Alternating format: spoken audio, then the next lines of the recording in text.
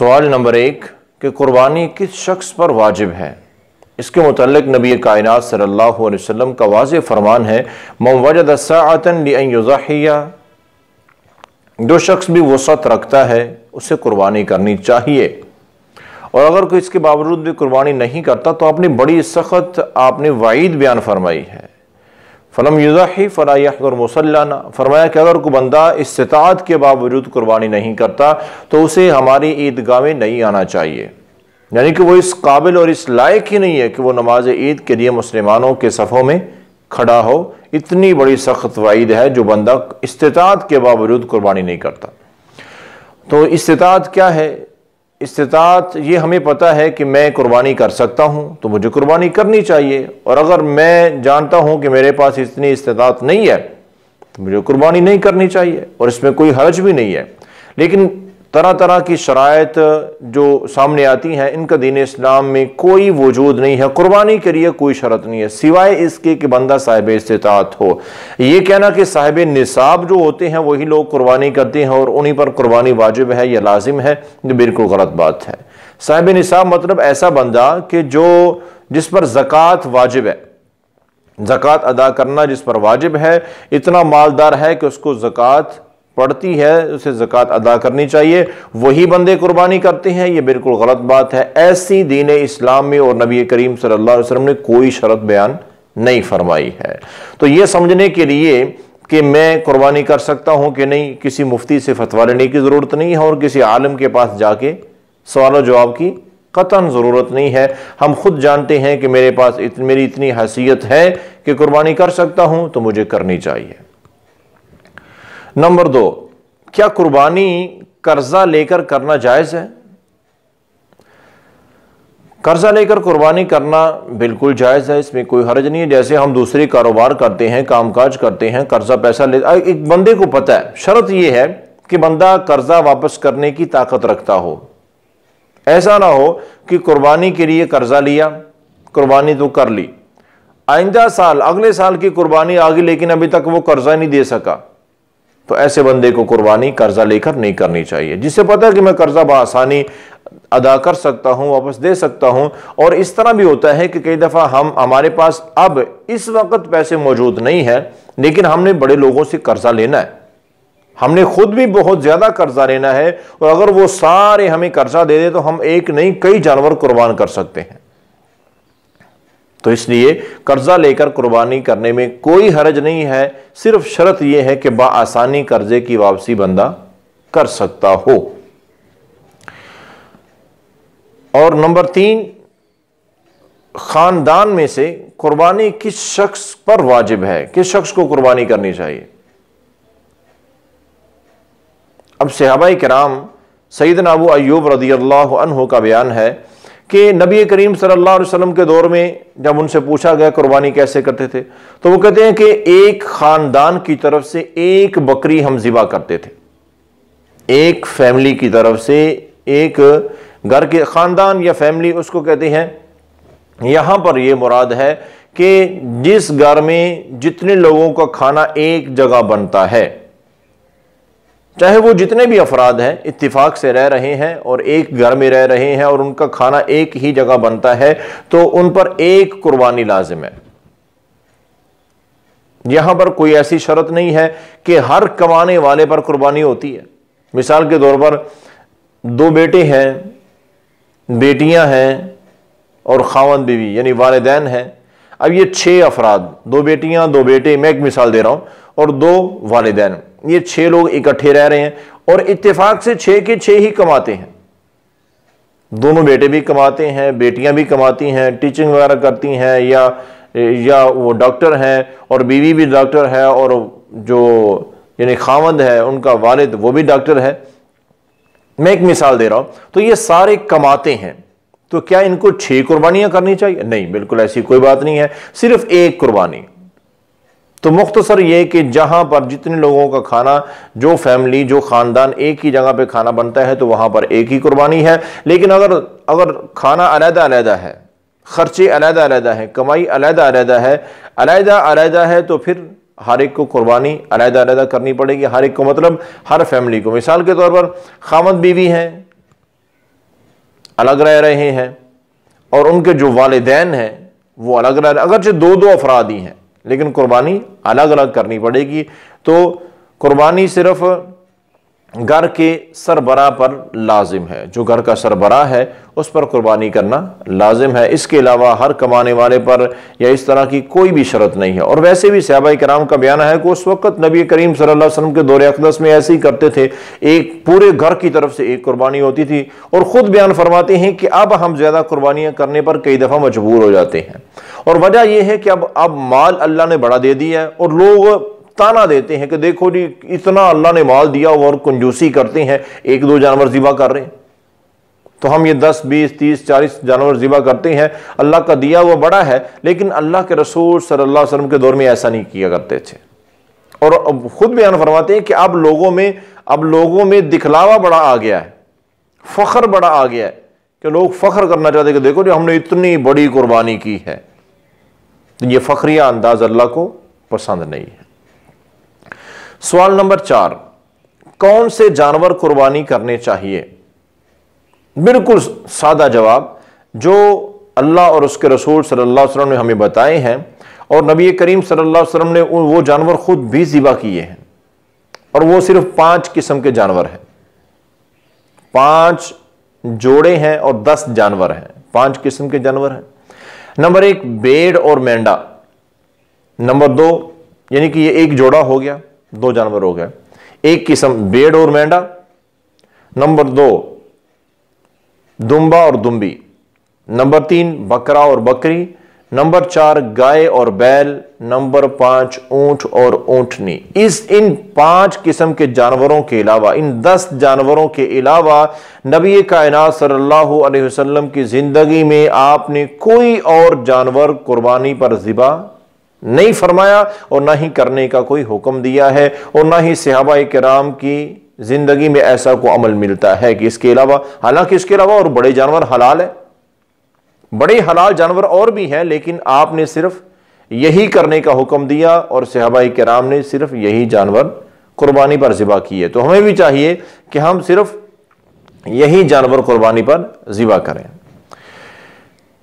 और रही बात कि गाय की ही नस्ल में से समझी जाती है भैंस, तो ये बिल्कुल गलत बात है। ये गाय की नस्ल में से नहीं है, ये एक अलग बाकायदा तौर पर नस्ल है। गाय में और भैंस में बहुत ज्यादा फर्क है, बहुत ज्यादा फर्क है। तो बहरहाल फर्क हो या ना हो, लेकिन हमें तो वो काम करना चाहिए ना जो अल्लाह के रसूल सल्लल्लाहु अलैहि वसल्लम ने किया और करने का हुक्म दिया, और वो जानवर मैंने गिनवा दिए। अब बात यह है कि बार बार यही सवाल कि कट्टे की कुर्बानी, और करते हैं लोग भैंस की कुर्बानी, बल्कि भैंस की तो कम करते हैं क्योंकि महंगी होती है ना, तो कट्टे की कुर्बानी, भैंस का जो नर होता है तो उसकी कुर्बानी करते हैं। देखो भाई, ये कुर्बानी बिल्कुल बिल्कुल जायज नहीं है। क्यों? क्योंकि कुर्बानी का मकसद क्या है? कुर्बानी का मकसद है अल्लाह ताला की रजा, अल्लाह ताला हमारे इस अमल को कबूल फरमाए। और अल्लाह ताला ने एक ही शर्त लगाई हुई है कि मैं सिर्फ वो अमल कबूल करूंगा जो मेरे प्यारे नबी सल्लल्लाहु अलैहि वसल्लम की सुन्नत के मुताबिक होगा। अब जरा हाँ, मजबूरी की हालत में गुंजाइश निकल सकती है। मिसाल के तौर पर हम लोगों ने कुर्बानी पर जानवर ज़िबा करना है, अब हम कुर्बानी का जानवर खरीदने के लिए निकले कि हम वो जानवर खरीदते हैं जो रसूलुल्लाह सल्लल्लाहु अलैहि वसल्लम ने बताया है और ख़ुद ख़रीदा है अपने हाथों से, जिनको ज़िबा किया। हमने बड़ी दौड़ लगाई, बड़ा मंडियों में फिरे हम लोग, ना हमें कोई भेड़ और दुम्बा, ना बकरा बकरी, और ना ही कोई गाय बैल ऊंट ऊंटनी, हमें कोई जानवर ऐसा जिनका अहादीस में जिक्र है, जिनके करने का हुक्म है, जो रसूलुल्लाह सल्लल्लाहु अलैहि वसल्लम ने जानवर ज़िबा किए हैं, हमें ऐसा कोई जानवर नहीं मिला। बड़ी हमने दौड़ लगाई, बड़ा देहातों में निकले, हर तरफ से हम थक हार के वापस आ गए, हमें कोई इनमें से जानवर नहीं मिला। अब मजबूरी की हालत में चलो कह सकते हैं कि जायज़ है भैंस की कुर्बानी या कट्टे की कुर्बानी। लेकिन मेरे भाइयों, ज़रा गौर करो, अब जितनी ज़िंदगी मेरी है मैंने तो देख लिया, और पहले बुजुर्गों से भी ऐसा कभी नहीं सुना, कभी नहीं ऐसे हुआ कि ये जानवर जिनकी कुर्बानी रसूलुल्लाह सल्लल्लाहु अलैहि वसल्लम ने की है वो जानवर मंडियों में खत्म हो गए, कभी नहीं ऐसे हुआ। हाँ, ये जरूर हुआ है और हर दफा होता है, तकरीबन हर दफा, कि कुर्बानी का दिन गुजर जाता है, बाद वाले अय्याम तशरीक भी गुजर जाते हैं और लोग मंडियों से वो जानवर वापस लेके आ रहे होते हैं जिनका जिक्र कुरान और हदीस में मौजूद है। और वो ये मैं बार बार कहता हूं, वो ये सिर्फ 5 किस्म के जानवर हैं: भेड़, मेंढा, दुम्बा दुम्बी, बकरा बकरी, गाय बैल और ऊंट ऊंटनी। इनका कुरान मजीद में सूरह अनआम में 8वें पारे में बाकायदा नाम मौजूद है और यही जानवर रसूलुल्लाह सल्लल्लाहु अलैहि वसल्लम ने करने का हुक्म दिया और आपने खुद भी कुर्बानी पर किए हैं। तो बराए करम इन सब को छोड़कर किसी ऐसे जानवर की तरफ जाना जिसका कुरान और हदीस में कुर्बानी के मौके पर ज़िबा करना जायज़ नहीं है या साबित नहीं है, तो उस ना ऐसा किया करें। वो अमल करें जो रसूलुल्लाह सल्लल्लाहु अलैहि वसल्लम ने किया है, ताकि हम अल्लाह ताला के यहाँ सही मानों में हमारी नेकी कबूल हो सके। नंबर 5, पांचवा सवाल कुर्बानी के मुतालिक कि कुर्बानी के जानवर की उम्र कितनी होनी चाहिए। बड़ा अहम तरीन सवाल है, लेकिन अहादीस में कहीं भी उम्र का जिक्र नहीं है। अब जो कुर्बानी के जानवर की उम्र के मुतालिक नबी कायनात सल्लल्लाहु अलैहि वसल्लम का फरमान है ना, वो ये है कि ला तज़बहु इल्ला मुसिन्नतन, कुर्बानी का जानवर ज़िबा ना करो सिवाय उसके जो मुसिन्ना हो। मुसिन्ना मतलब 2 दांता, दोंदा जानवर, दोंदा जानवर होना कुर्बानी के लिए शर्त है। नर हो या मादा हो, इससे कोई फर्क नहीं पड़ता, ना कोई अजर और सवाब या इस तरह की नेकी में कोई बंदा कहे कि फर्क पड़ता है, कोई फर्क नहीं होता नर मादा का। फरमाया कि दोंदा हो। तो ये आमतौर पर तो यही बात है कि भेड़, मेंढा, दुम्बा दुम्बी, बकरा बकरी, ये तो 1 साल के बाद जब दूसरे साल में इनकी उम्र शुरू होती है तो ये तकरीबन 13, 14, 15 साल की उम्र में दोंदे हो जाते हैं। लेकिन यहां फिर भी महीनों का या साल का कोई जिक्र नहीं है किसी हदीस में, सिर्फ और सिर्फ दोंदा होना चाहिए। बड़ा जानवर हो या छोटा हो, दोंदा हो। दोंदा मतलब, दोंदा ऐसे जानवर को कहते हैं कि जिसके दूध के दांत गिरने के बाद 2 नए दांत आ चुके हों। और यह बिल्कुल आसान है, इसको गौर से देखा करें, जानवर खरीदते हुए गौर से देखा करें, यह बिल्कुल आसान है, कोई मुश्किल बात नहीं है। उसके दांत चेक कर लें और आपको वाज़े नजर आएंगे कि जो दूध के दांत हैं, जैसे हमारे बच्चों के दांत जब छोटे होते हैं तो उनके दांत छोटे छोटे होते हैं, जब नए दांत आते हैं तो वो बड़े होते हैं। लेकिन जानवरों के जो नए दांत आते हैं ना, वो दूध के दांतों की निस्बत तकरीबन 3-4 गुना बड़े होते हैं। बिल्कुल वाज़े फर्क होता है। तो इसलिए यह बड़ी अहम तरीन शर्त है। दोंदे जानवर के अलावा अगर कोई जानवर दोंदा नहीं हुआ है तो उसकी कुर्बानी बिल्कुल जायज नहीं है। सिर्फ दांत उसके टूट चुके हैं, नए दांत नहीं आए हैं, तो वो दोंदा नहीं हुआ। दोंदा वो जानवर होता है जिसके नए 2 दांत आ चुके हों। नंबर 6, कुर्बानी का जानवर किन ऐबों की वजह से कुर्बानी पे नहीं लग सकता। हां, कुर्बानी के जानवर में ये अगर ऐब मौजूद हो जो रसूलुल्लाह सल्लल्लाहु अलैहि वसल्लम ने अपनी अहादीस में बयान किया है, तो वो जानवर, चाहे वो दोंदा भी हो और वही हो जिनका जिक्र अहादीस में है, वो जानवर भी कुर्बानी पर करना जायज नहीं है। और बल्कि नबी करीम सल्लल्लाहु अलैहि वसल्लम का फरमान क्या है कि ला तजूज़ु फिल अज़ाही, ऐसा जानवर कुर्बानी करना जायज ही नहीं है। ला तजूज़ु जायज ही नहीं है। कौन सा? फरमाया कि काना जानवर। ये आपने कुछ ऐब बयान फरमा दी, सिर्फ यही ऐब। काना जानवर जिसका कानापन वाज़े तौर पे काना जानवर है, तो उसको एक आंख से नजर नहीं आता है, तो वो जानवर कुर्बानी पे ज़िबा करना जायज नहीं, कुर्बानी कबूल ही नहीं होगी। दूसरा फरमाया कि बीमार, जिसकी बीमारी वाज़े है। और तीसरा फरमाया कि ऐसा जानवर कि जो लंगड़ा है और उसका लंगड़ापन वाज़े है। और चौथे नंबर पे ऐसा जानवर जो इतना कमजोर या बूढ़ा हो चुका है, उससे चला नहीं जा रहा है, उसकी हड्डियों में ताकत ही नहीं है, उसके जिस्म पे समझो कि मांस ही नहीं, यानी कि इतना कमजोर और लागर सा, तो ऐसा जानवर कुर्बानी पे ज़िबा करना जायज नहीं है, कुर्बानी कबूल ही नहीं होगी। और नंबर 5 फरमाया कि कान कटा हुआ हो जिस जानवर का, या कान में सुराख हुआ हो किसी भी तरह से, वो भी कुर्बानी करना जायज नहीं है। और ऐसे ही फरमाया कि जिसका सींग टूटा हुआ हो, जिस जानवर का सींग टूटा हुआ हो वो भी कुर्बानी करना जायज़ नहीं। सिर्फ ये 6 किस्म के ऐब आपने बयान फरमाए हैं। ये ऐब ख़ास तौर पर जब कुर्बानी का जानवर खरीदे देख लें, काना बीमार, लंगड़ा, कमज़ोर, कान कटा या सींग टूटा नहीं होना चाहिए। इसके अलावा जानवर तंदुरुस्त है, सही सलामत है, तो वो कुर्बानी पर जायज़ है। और ज़्यादा बारीकी में नहीं जाना चाहिए। ज़्यादा बारीकी में जो आपने बयान फरमा दिए बस ठीक है, वो देख लें। बनी इसराइल की तरह ऐसा ना हो, ऐसा ना हो, ऐसा ना हो, इस तरह नहीं करना चाहिए। दीन बड़ा मुश्किल हो जाएगा। और नबी करीम सल्लल्लाहु अलैहि वसल्लम का फरमान है कि यस्सिरू वला तुअस्सिरू, दीन के मामले में आसानियां करो, मुश्किलें पेश ना करो। नंबर 7, 7वां मसला यह है कि कुर्बानी के जानवर का खस्सी होना, क्या यह ऐब है?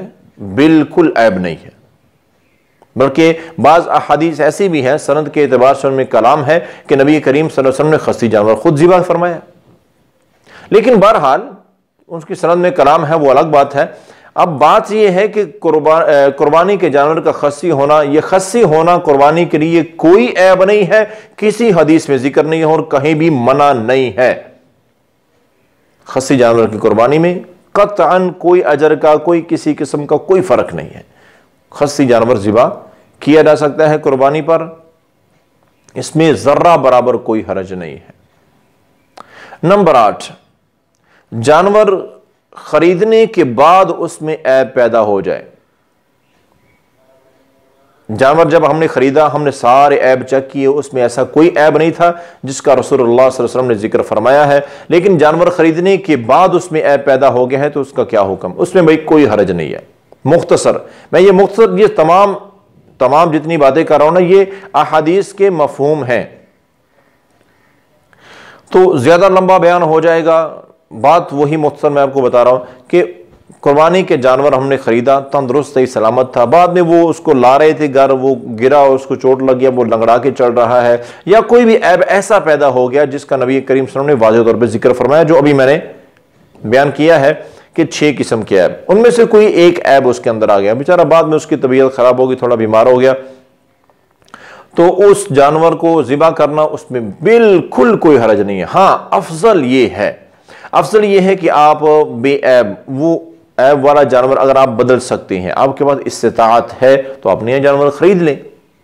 लेकिन अगर इस्तिताअत नहीं है, यही जानवर करे, आपकी कुर्बानी में जर्रा बराबर कोई अजर में कमी कोताही नहीं होगी, क्योंकि जब आपने खरीदा था, अब देखें ना, अजर कब मिलता है? अजर मिलता है नियतों की बुनियाद पर। तो नियत हमारी दुरुस्त थी, सही थी, जब हमने जानवर खरीदा हमने बिल्कुल तसल्ली की, पूरे ऐब हमने देखे जिनका अहादीस में जिक्र है, कोई ऐब नहीं था। तो अब अगर ऐब पैदा हो गया है तो वो हमारे इख्तियार से बाहर है, हमने ऐसा नहीं किया है। नंबर 9, 9वां सवाल कुर्बानी के मुतालिक, जो शख्स कुर्बानी करने की ताकत ना रखता हो वो क्या करे? हाँ, नबी कायनात सल्लल्लाहु अलैहि वसल्लम के पास एक ऐसा शख्स आया, एक सहाबी रसूल आए, उन्होंने अर्ज की कि अल्लाह के रसूल सल्लल्लाहु अलैहि वसल्लम, मेरे पास एक जानवर है, वो दूध देने वाली ऊँटनी है या गाय है या कोई भी है, दूध देने वाला एक जानवर है, उसके अलावा मेरे पास कोई जानवर नहीं है। उसका दूध चूंकि घर में इस्तेमाल करते थे, तो आपने फरमाया दूध देने वाला जानवर आप कुर्बानी पे ज़िबा ना करो। फरमाया कि उसके अलावा तो मेरे पास ताकत ही नहीं है कि मैं और खरीद सकूं, ना कोई और जानवर है। तो आपने फरमाया एक काम करो, कुर्बानी का अजर तुम्हें पूरा मिलेगा। जब लोग नमाज ईद अदा कर लेना, और तुम भी नमाज ईद अदा करने के बाद लोग जानवरों के गले काट रहे हों, अल्लाह के नाम पर ज़िबा कर रहे हों, उस वक्त तुम अपने बाल कटवा लेना, अपने जिस्म से बाल साफ कर लेना, बालों के ज़ेरे नाफ और इस तरह के बाल, फरमाया कि बाल साफ कर लेना और नाखून काट लेना। अल्लाह ताला तुम्हें पूरी कुर्बानी का अजर अता फरमाएंगे, पूरी कुर्बानी का मुकम्मल अजर मिलेगा उस शख्स को जो कुर्बानी नहीं कर सकता, करना चाहता है लेकिन इस्तिताअत नहीं है। नंबर 10, 10वें नंबर पर कुर्बानी के मुतालिक, कुर्बानी के जानवर की जगह क्या सदका कर सकते हैं? बिल्कुल जायज़ नहीं है, बिल्कुल जर्रा बराबर कोई गुंजाइश नहीं है। मतलब क्या है, कुर्बानी एक बंदे ने करनी थी ना, तो वो कहता कि जो कुर्बानी के मैंने पैसे खर्च करके कुर्बानी करनी है ना, तो वही पैसे मैं गरीबों में तकसीम कर देता हूं। नहीं भाई, ऐसा नहीं हो सकता। ऐसा दीन इस्लाम में अपनी अक्ल को दखल नहीं है। कल कोई और चल पड़ेगा, भाई हज पे जाना ना, इतने लाखों रुपया खर्च करने हैं, वही गरीबों में तकसीम कर देता हूं, क्या हज अदा हो जाएगा? नहीं होगा। बिल्कुल नहीं होगा। जो मैं शुरू में वही बात की है कि जो अल्लाह उसके रसूल ने हमें कहा है वही करो। अगर वो अजर चाहते हो, उस काम का अजर चाहते हो तो वही करो। रसूलुल्लाह सल्लल्लाहु अलैहि वसल्लम के पास क्या उस वक्त गरीब मौजूद नहीं थे, लेकिन आपने हर कुर्बानी के मौका पर, ईद उल अजहा के मौके पर जानवर ज़िबा किया है, पैसे तकसीम नहीं किए हैं। पैसे आपने जिंदगी में वैसे बड़े तकसीम किए हैं। तो आप लोग भी अगर आप अल्लाह का दिया हुआ बड़ा है तो सारा साल सदका करें, कुर्बानी के दिन भी सदका करें। लेकिन कुर्बानी का अजर चाहते हैं तो जानवर ज़िबा करना पड़ेगा और सुन्नत के मुताबिक करना पड़ेगा, फिर कुर्बानी का अजर मिलेगा। इस तरह से अपनी अकल के मुताबिक कुर्बानी के जानवर की जगह और हम सदका करते फिरें तो उससे कुर्बानी का अजर को नहीं मिलने वाला है। नंबर 11, कुर्बानी का 11वां मसला, बड़े जानवर में कितने हिस्से होते हैं। हाँ, कुर्बानी का जानवर जो होता है यानी कि दुम्बा, दुम्बी, मेंढा, मेंढी, बकरा, बकरी, इसमें तो भेड़ और मेंढा, इसमें तो ये एक एक हिस्सा ही होता है, यानी कि एक कुर्बानी होती है। और जो बड़ा जानवर होता है ना, गाय, उसमें अहादीस में जिक्र है कि 7 हिस्सादार शामिल हो सकते हैं। 7 कुर्बानी करने वाले, 7 फैमिलीज, 7 खानदान, यानी कि जिनकी तरफ से एक कुर्बानी, एक जानवर छोटा हो सकता है ना, बकरा, तो वो नहीं खरीद सकते। वो गाय में अगर एक हिस्सा लेते हैं तो वो पूरी फैमिली की तरफ से वो हिस्सा काफी है, कुर्बानी मुकम्मल हो जाएगी। तो गाय में 7 हिस्से होते हैं और ऊंट में 10। और ये ज्यादा से ज्यादा हद है, ये ज्यादा से ज्यादा हद है। कम से कम अगर 2 बंदे मिलकर गाय करना चाहते हैं तो उनको अजर बड़ा मिलेगा, उनको 7 कुर्बानियां करने के बराबर अजर मिलेगा। अगर कोई अकेला गाय की कुर्बानी करता है तो उसको अकेले को इतना ज्यादा अजर मिलेगा। अगर ऊंट की कुर्बानी करता है तो उसको 10 हिस्सों के बराबर अजर मिलेगा। तो बहरहाल ऊंट में 10 ज्यादा से ज्यादा हद यह है और गाय में 7। अगर इससे कम होंगे, अगर 2 बंदे कर रहे हैं तो उतना अजर ज्यादा ले लेंगे। कुर्बानी के मुतालिक 12वां मसला, कुर्बानी के जानवर में अकीके को शामिल करना कैसा है। कुर्बानी देखिए ना, अकीके को पहले समझने कि अकीका जान कुर्बान करना होता है। और नबी करीम सल्लल्लाहु अलैहि वसल्लम ने क्या फरमाया कि अकीका लड़के की तरफ से, बच्चे की तरफ से 2 जानें ज़िबा करो, 2 जानें कुर्बान करो, और बच्ची की तरफ से 1 जान कुर्बान करो। अब क्या करते हैं कुछ हजरात कि देखो जी, मैंने अपने 2 या 3 बेटों का अकीका करना है। अब कुर्बानी के एक गाय में 7 हिस्से होते हैं, तो एक हिस्सा जो हम अपनी कुर्बानी का रख लेंगे, एक गाय खरीद लेते हैं और एक हिस्सा कुर्बानी का होगा, बाकी 6 हिस्से मेरे 3 बेटों की तरफ से अकीका हो जाएगा। बिल्कुल जायज नहीं है, कोई ऐसी दलील नहीं है। बल्कि एक दफा ऐसे हुआ था, एक दफा, क्योंकि यहां हिस्से नहीं है, ये हिस्से तो सिर्फ कुर्बानी के लिए हैं, अकीका हिस्से नहीं होता, वो तो जाने ज़िबा करनी होती है। एक दफा तो उम्मुल मोमिनीन सैयदा आयशा सिद्दीक़ा रज़ियल्लाहु अन्हा, उनके भाई हैं हजरत अबू बकर अब्दुर्रहमान बिन अबी बकर रज़ियल्लाहु अन्हुमा, तो उनके यहां अल्लाह ने उनको बेटा अता किया। तो उम्मुल मोमिनीन आयशा सिद्दीक़ा रज़ियल्लाहु अन्हा के पास आने वाला एक आया, उसने कहा कि आपको अल्लाह ने बड़ा माल दिया है, तो अल्लाह ने आपको भतीजा दिया है, तो आपने उसका अकीका करना है, तो आप बकरी ज़िबा करने की बजाय 2 बड़े जानवर करें, ऊंट ज़िबा करें। अब देखें ना, बज़ाहिर तो ये ना उसने सही कहा अपनी तरफ से, उसको अच्छा लगा कि बड़ा जानवर होगा, ज्यादा सदका होगा, ज्यादा लोगों को खाना होगा, अल्लाह की रजा ज्यादा। लेकिन उन्होंने क्या कहा, उम्मुल मोमिनीन रज़ियल्लाहु अन्हा बयान फरमाती हैं, अल्लाह की पनाह ऐसे कामों से जो हमें रसूलुल्लाह सल्लल्लाहु अलैहि वसल्लम की नाफरमानी की तरफ ले जाए। हम तो वही करेंगे जो रसूलुल्लाह सल्लल्लाहु अलैहि वसल्लम ने अकीके में करने का हुक्म दिया है, और वो है बकरी ज़िबा करना। तो हम 2 बकरियां ही ज़िबा करेंगे अकीके में।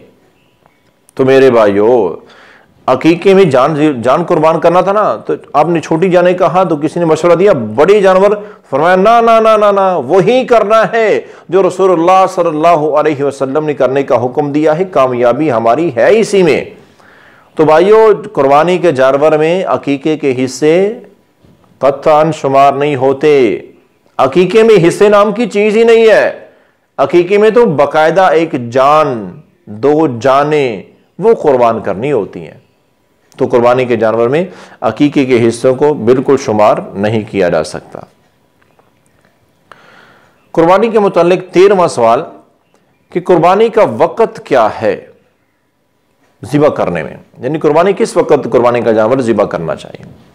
तो कुर्बानी के जानवर के ज़िबा के मुतालिक नबी करीम सल्लल्लाहु अलैहि वसल्लम का फरमान है कि कुर्बानी का जानवर नमाज ईद अदा करने के बाद ही ज़िबा करना चाहिए।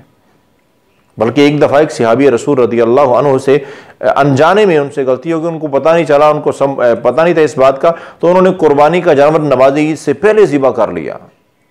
पता नहीं था, अनजाने में। तो आपने क्या फरमाया, कोई कुर्बानी नहीं है, दोबारा करो। नया जानवर कुर्बानी के बाद, नमाज ईद के बाद नया जानवर कुर्बान करो। तो इसलिए उनको तो पता नहीं था, हमें तो पता। उस वक्त तो भाई शरीयत है नाज़िल हो रही थी, आप बता रहे थे, तो उन तक ये हुक्म नहीं पहुंचा था। तो बहरहाल नमाज ईद के बाद ही कुर्बानी का जानवर ज़िबा करना चाहिए। लेकिन एक बात का खास ख्याल करें कि वो लोग जिन्होंने किसी बड़े जानवर में हिस्से रखे होते हैं, मिसाल के तौर पर एक ऊंट में 10 हिस्सादार है। अब 10 लोग, कोई इस मोहल्ले का, कोई दूसरे मोहल्ले का, कोई तीसरे मोहल्ले का लोग है, तीसरे मोहल्ले में रहने वाले। अब क्या होता है कि इस मोहल्ले में मस्जिद में नमाज ईद अदा हो रही है, या मैदान में नमाज ईद अदा हो रही है, न ईदगाह में नमाज ईद अदा हो रही है, तो कहीं पे वक्त आगे पीछे होता है। तो ऐसी जगह पे खास ख्याल करें, जब तक तमाम हिस्सादार, ऊंट के 10 हिस्सादार नमाज ईद अदा ना कर ले, उनकी कुर्बानी नहीं होगी। कि एक शख्स ने वो नमाज ईद अदा कर ली है, वो आके ऊंट को नहर कर देता है, ज़िबा कर देता है, और अभी बाकी जो 9 हैं, या 9 में से 8 हैं, या 2-3 हैं, वो उन्होंने भी नमाज ईद अदा की ही नहीं है, तो उनकी कुर्बानी नहीं होगी। क्योंकि नमाज ईद अदा करने के बाद कुर्बानी होती है, नमाज ईद से पहले कुर्बानी। अब जैसे अब वक्त चल रहा है, मिसाल के तौर पर एक जगह पे नमाज ईद का वक्त मुकर्रर किया गया है 7 बजे, और एक जगह है 5:30 बजे। अब 5:30 बजे जिन्होंने नमाज ईद अदा कर ली है, वो भी इसी ऊंट में कुछ लोग हिस्सादार हैं, और कुछ लोग वो भी हिस्सादार हैं जिन्होंने 7 बजे अदा करनी है। अब 5:30 नमाज पढ़ने के बाद वो 6 बजे आके, या 6 बजे वो कुर्बानी का जानवर, ऊंट है या गाय है, उसको ज़िबा या नहर कर रहे हैं। अभी 6 बजे कर रहे हैं, और इसी ऊंट में हिस्सादार अभी बैठे हुए हैं जिन्होंने नमाज ईद 7 बजे अदा करनी है। तो भाई उनकी कुर्बानी कोई नहीं है। इसलिए इस बात का खास ख्याल करें, नमाज ईद से पहले कुर्बानी ज़िबा करना कतई जायज़ नहीं है। अगर किसी ने कर दी तो वो आम सदका है, आम गोश्त है, कुर्बानी शुमार नहीं होगा। कुर्बानी के मुतालिक मसला नंबर 14, कुर्बानी के गोश्त तक रोज़ा रखना। हाँ, कुर्बानी के गोश्त तक रोज़ा रखना ये रोज़ा नहीं होता है। वैसे नबी करीम सल्लल्लाहु अलैहि वसल्लम की सुन्नत मुअक्कदा है कि आप ईद उल अज़हा के दिन नमाज ईद से पहले कुछ नहीं खाया करते थे, वैसे ही नमाज ईद के लिए जाया करते थे। नमाज ईद अदा करने के बाद आप खाना खाते थे। तो ये कहना कि सिर्फ गोश्त ही खाना है, नमाज ईद के बाद कुर्बानी का जानवर ज़िबा करेंगे, जो गोश्त बनेगा वही खाना, उससे पहले कुछ नहीं खाना, यह बिल्कुल गलत बात है। ऐसा कोई हुक्म नहीं है। ऐसा बंदा, अब ये सुन्नत मुअक्कदा है, ऐसा अमल करे तो बड़ा अच्छा है, पसंदीदा है। लेकिन ये कहना कि रोज़ा है या उससे नमाज ईद से पहले कुछ खाना हराम है, ये गलत बात है। पहली बात, अब इससे एक बात और अच्छी तरह समझ लें कि उस वक्त नमाज ईद नबी करीम से, अब देखें ना, हम फजर की नमाज कितने बजे पढ़ रहे हैं? 5 बजे फजर की नमाज, ओ नहीं, 4 बजे 4 बजे फजर की जमात हो रही है। अब 5 बजे के करीब सूरज तुलू हो रहा है, 5:30 तक सूरज तुलू हो चुका है, और 5:30 के बाद 6:30 1 घंटा हो गया, 7 बजे 7:30 2 घंटे हो गए। सूरज तुलू होने के 2 घंटे बाद हम नमाज ईद अदा कर रहे हैं। और रसूलुल्लाह सल्लल्लाहु अलैहि वसल्लम का तरीका क्या था कि जब सूरज तुलू हो जाता तो आप नमाज ईद अदा कर देते। नाश्ता नहीं किया है, कुछ नहीं खाया है, तो नमाज ईद कब पढ़ी है? इशराक के वक्त। और इधर हम इशराक के वक्त के 1.5-2 घंटे बाद नमाज ईद पढ़ रहे हैं। तो ये भी ख्याल करें ना, सुन्नत पर अमल करते हुए तमाम सुनन को, तमाम तरीका रसूल सल्लल्लाहु अलैहि वसल्लम को सामने रखा करें। तो बहरहाल बात ये हो रही थी कि ये फ़र्ज़ वाजिब नहीं है और लाजम नहीं है और रोज़ा नहीं है और ये हराम काम नहीं है कि अगर कोई बंदा उससे ईद नमाज ईद से पहले खाना खा लेता है। मजबूरी की हालत में किसी को शदीद भूख लगी है, शदीद प्यास लगी है, तो पानी पी सकता है, कोई गुनाह का काम नहीं है, लेकिन बेहतर यह है कि ना खाया जाए। और ऐसे ही कोई बंदा अगर वो सुबह उसने दवाई खानी होती है, अब नमाज ईद का वक्त, वो सुबह दवाई तो खाता है रोज़ाना 4:30-5 बजे, बीमार बंदा है और नमाज ईद का वक्त है 7 बजे का, फारग होंगे 8 बजे, तो वो 8 बजे तक नहीं, उसे चाहिए कि वो दवाई इस्तेमाल कर ले, उसमें कोई हर्ज नहीं है। अल्लाहु अकबर। देखिए अगर ऐसे अगर करेंगे कि नहीं जी नमाज ईद के बाद ही जो गोश्त बनेगा उसी से जाके हमने खाना खाना, उससे पहले कुछ नहीं करना, तो जरा बताएं उन लोगों के मुतालिक जिन्होंने दूसरे दिन कुर्बानी करनी है, तो वो नमाज ईद के दिन से लेकर दूसरे दिन तक, और जिन्होंने तीसरे दिन कुर्बानी करनी है, क्या बंदे मारने का इरादा है? तीसरे दिन कुर्बानी करनी है तो वो कुर्बानी का गोश्त ही खाएंगे, 2-3 दिन खाना बंद उनका? तो ऐसी कोई बात नहीं है, ये मन गढ़ंत सी बातें हैं, बनी बनाई। असल बात क्या है वो मैंने बता दी है कि मुस्तहब अमल ये है कि कुछ ना खाया जाए। अगर कोई मजबूरी है तो खा भी सकते हैं, कोई गुनाह का काम नहीं है। कुर्बानी के मुतालिक मसला नंबर 15, कुर्बानी करने वाला बाल और नाहन नहीं काटेगा। नबी कायनात सल्लल्लाहु अलैहि वसल्लम का फरमान है कि कुर्बानी जिसने करनी है ना, ज़िलहज्जा का चांद नजर आने के बाद वो अपने जिस्म से बाल ना कटवाए और ना ही वो नाखून काटे। नमाज ईद के बाद वो कुर्बानी करने के बाद वो ये अमल कर सकता है। ये शर्त नहीं है कि नमाज ईद के फौरन बाद उसे बाल कटवाने पड़ेंगे, ये उसके लिए शर्त नहीं है। मसला नंबर 16, मैयत की तरफ से कुर्बानी का क्या हुक्म है?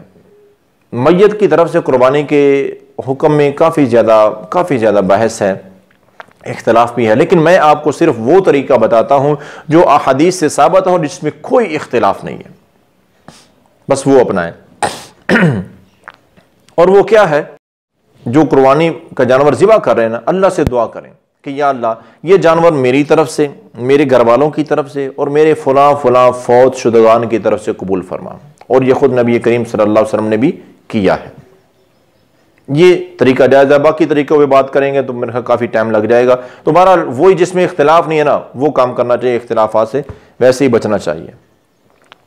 कुर्बानी के मुतालिक मसला नंबर 17, कुर्बानी कितने दिन तक कर सकते हैं?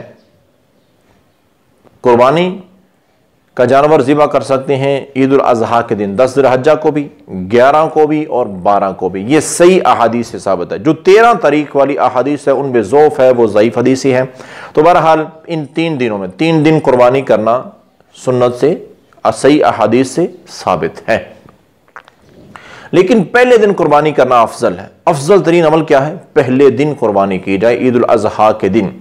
अब ये भी क्या, देखो जी हमारे पास तो 10 जानवर हैं, तो आज ही क्यों 10 जानवर ज़िबा करें?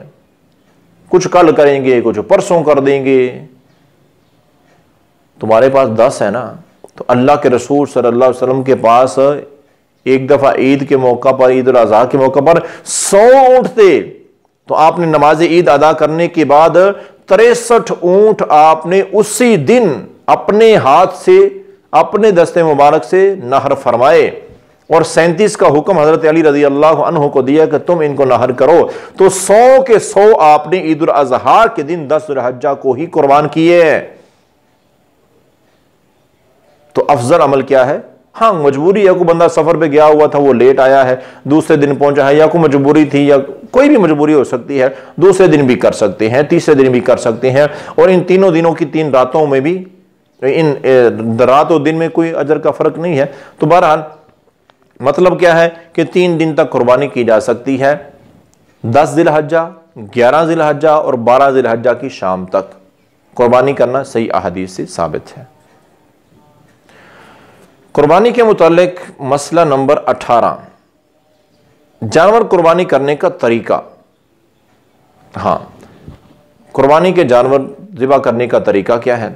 भेड़, मेंढा, दुम्बा दुम्बी, बकरा बकरी और गाय बैल, ये जो जानवर हैं इनको तो ज़िबा किया जाता है। इनको लिटा के, किबला रुख इनको लिटाएं, लिटा के ज़िबा करें। तो किबला रुख कैसे करेंगे इनको? इनकी गर्दन होनी चाहिए बाईं तरफ, दुम होनी चाहिए दाईं तरफ, इनकी टांगी किबले की तरफ और गर्दन भी, हमारा चेहरा भी किबले की तरफ हो जाएगा, तो इस तरह से ज़िबा करें। और अगर जानवर को पकड़ने में कोई मुश्किल हो रही है तो अगर किबला रुख नहीं भी हो सका तो वो कोई गुनाह का काम नहीं हो गया, कोई हर्ज नहीं है। लेकिन अफजल क्या है, किबला रुख करके आप ज़िबा करें। और ऐसे ये तो ज़िबा करने वाले जानवर हैं। जो ऊंट है उसको तो नहर किया जाता है, तो नहर करने का तरीका क्या है? नहर करने का तरीका ये है कि उसके बाएं घुटने को बांध दिया जाता है और उसकी गर्दन के बिल्कुल जड़ में, सीने के करीब जाके उसको वहां पे नहर किया जाता है। तो ये ऊंट को भी नहर करने के लिए किबला रुख कर ले। अगर वो किबला से थोड़ा हट भी जाए तो उसमें कोई हर्ज वाली बात नहीं है, ना कोई सवाब और अजर में कमी होती है। अफजल यही है कि किबला रुख होना चाहिए। जानवर को ज़िबा करते हुए छुरी को, जिस छुरी से आपने जानवर ज़िबा करना है उसको अच्छी तरह तेज कर लें और जानवर से छुपा के तेज करें, जानवर के सामने नहीं। बिल्कुल गलत बात है, जानवर के सामने उसको छुरी को तेज ना करें, छुपा कर तेज करें और पहले तेज कर रहे। जानवर लाने के बाद, उसको लिटाने के बाद, उसको बांधने पकड़ने के बाद आप जनाब जाके छुरी तेज कर रहे हैं, यह बिल्कुल गलत बात है, कतई जायज नहीं है, सुन्नत के खिलाफ अमल है। और जानवर को जब कुर्बानी के लिए ला रहे हों तो प्यार से लाना है, उसको घसीट के, मार के, जबरदस्ती, कतई गलत बात है। नबी करीम सल्लल्लाहु अलैहि वसल्लम ने इस बात को बड़ा ही ज्यादा नापसंद फरमाया, आपने मना किया है, इस तरह ना करो। जानवर, कुर्बानी के जानवर से अल्लाह के रसूल सल्लल्लाहु अलैहि वसल्लम बड़ी मोहब्बत प्यार करते थे, तो हमें भी उनसे प्यार करना चाहिए। और एक अहम तरीन बात कि कुर्बानी के जानवर को जब ज़िबा करें ना तो दूसरे जानवरों से छुपा के करें। चाहे एक ही जगह पे आपने काफी जानवर ज़िबा करने हैं, सिर्फ एक जानवर को वहां लेके आए जिसको ज़िबा करना है, ज़िबा कर, बाकी छुपे हों, उनके सामने ना करें। दूसरे जानवरों के सामने एक जानवर को ज़िबा करना यह बिल्कुल दुरुस्त नहीं है। दूसरे जानवरों से छुपा कर अलग ले जाकर एक जानवर को ज़िबा करें, बाकी जानवर अलग खड़े हों, उसको वो देख ना रहे हों कि उसके गले में छुरी चल रही है और बार बार वो देखें, तो ये बिल्कुल गलत बात है, सही नहीं है।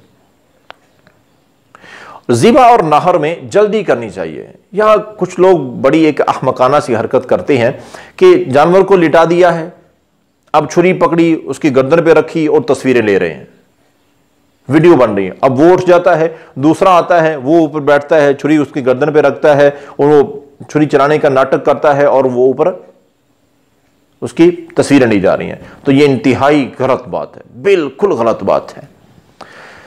आपने फरमाया कि आपने ज़बीहा को सुकून पहुंचाओ, राहत पहुंचाओ, उस पर एहसान करो, जल्दी ज़िबा कर दो उसको पता नहीं चले छुरी कैसे चल गई, उसको लेटा दे, फौरन छुरी निकालो और ज़िबा कर दो। लेकिन फौरन के चक्कर में एक काम कभी ना बोलें, तकबीर पढ़ना। अक्सर क्या होता है, पकड़ो पकड़ो पकड़ो के चक्कर में वो तकबीर पढ़ना भूल ही जाते हैं। बिस्मिल्लाहि वल्लाहु अकबर, कम अज़ कम, और भी दुआएं हैं लेकिन बिस्मिल्लाहि वल्लाहु अकबर ये लाजमी पढ़ लें। तो कुर्बानी का जानवर खुद भी ज़िबा कर सकते हैं, किसी और से भी ज़िबा करवा सकते हैं, इसमें कोई हर्ज नहीं है और ना ही नेकी में कोई कमी होती है। और एक और अहम तरीन बात कि अगर हम बिस्मिल्लाह पढ़ना भूल जाएं, जानवर को ज़िबा करते हुए बिस्मिल्लाह पढ़नी थी, हम भूल गए, तो उसमें कोई हर्ज नहीं है। भूल तो अल्लाह ने वैसे ही माफ़ की, नीयत तो हमारी थी ना कि हमने बिस्मिल्लाह वल्लाहु अकबर पढ़ना है, लेकिन वो पकड़ो पकड़ो जल्दी में या बातों में जैसे भी भूल गए बिस्मिल्लाह पढ़ना, बाद में याद आया, तो उसमें कोई हर्ज नहीं है।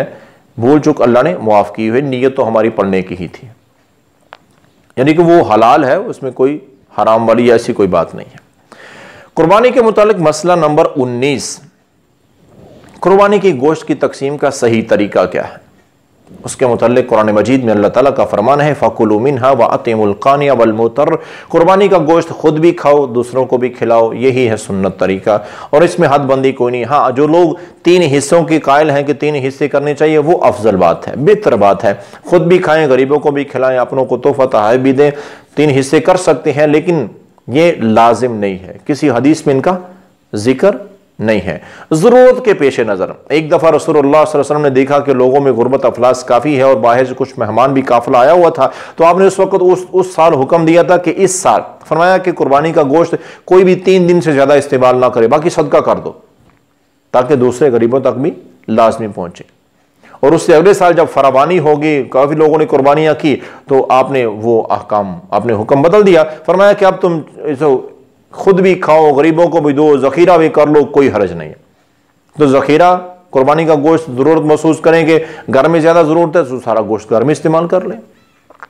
देखते हैं कि घर में तो पहले काफ़ी है, बाहर सारा इस्तेमाल कर लें। या ऐसी चीज़ों का ख्याल करें कि कहीं को ज़लज़ला वगैरह या सैलाब ऐसी आफात में लोग मुब्तला हैं या कोई गुर्बत बेरोज़गारी के हालात आम चल रही हैं, तो फिर सदका ज़्यादा अफजल है, फिर घर में ज़्यादा स्टोर ना करें। अब बात है कुर्बानी के जानवर का, ये तो गोश्त का मामला हो गया। और ये कुर्बानी के जानवर के गोश्त के मुतल्लिक गैर मुस्लिम को भी दिया जा सकता है, बल्कि देना चाहिए। जो गरीब हैं, अल्लाह ताला ने गरीबों को हुक्म दिया है कि उनका ख्याल करो। वहां पर अल्लाह ने कोई शर्त नहीं लगाई है कि मुसलमान होना चाहिए।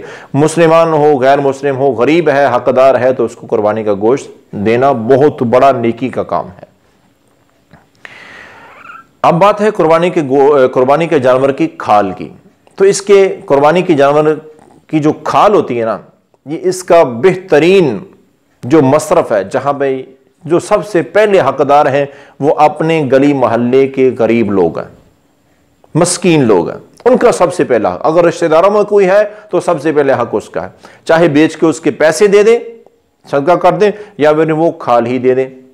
लेकिन कुर्बानी की खाल बेच के पैसे खुद रख लेना ये बिल्कुल नाजायज है और कुर्बानी के अजर को ज़ाय करने वाली बात है, बल्कि ज़ाय हो जाता है कुर्बानी का अजर। और याद रखें, कुर्बानी के जानवर के गले में जो रस्सी होती है या उसके जो लगाम या नुकेल होती है या उसके ऊपर जो पलान होती है, वो सारी की सारी चीजें सदका होती हैं। कोई चीज भी खुद नहीं रखनी चाहिए। अगर रखनी है तो उसके पैसे सदका करो, क्योंकि नबी कायनात सल्लल्लाहु अलैहि वसल्लम ने जब आपने 100 ऊंट आपने कुर्बान किए थे ना, तो स्पेशल आपने हुक्म दिया था हजरत अली रजी अल्लाह अन्हु को, इनकी नुकेलें, इनकी रस्सियां, इनकी पलान, हर चीज सदका है। कि जब कुर्बानी है तो वो जानवर अल्लाह को दे दिया हमने, तो वो रस्सियां, वो संगलियां, वो जंजीरें, सब कुछ सदका हैं।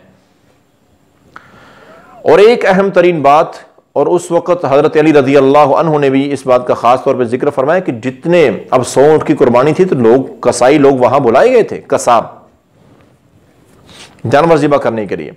तो आज हम लोग भी जो जानवर ज़िबा करने के लिए, गोश्त बनाने के लिए जिन लोगों को हम बुलाते हैं उजरत पर, तो उनको बतौर उजरत उनकी मजदूरी में कुर्बानी के जानवर का गोश्त देना बिल्कुल नाजायज है। कुर्बानी का अजर ज़ाया हो जाएगा। हजरत अली रज़ी अल्लाह अन्हु क्या बयान फरमाते हैं कि कुर्बानी के जानवर का गोश्त बनाने में जितने लोग लगे थे ना, उन सब की मजदूरी हमने अलग से अपनी जेब से अदा की थी, अपने पास से पैसे दिए थे। कुर्बानी का गोश्त बतौर उजरत देना किसी को बिल्कुल, मतलब क्या होता है कि बात की है उसके साथ कि तुझे 2000 रुपया देंगे, इस जानवर को गोश्त बना दे। वो ज़िबा करता है, उसको गोश्त बना देता है, तो फिर हम क्या करते हैं, 1500 रुपया देते हैं और साथ उसमें उसको 2 किलो गोश्त दे देते हैं। बिल्कुल गलत बात है। अपनी कुर्बानी का अजर ज़ाया ना करें।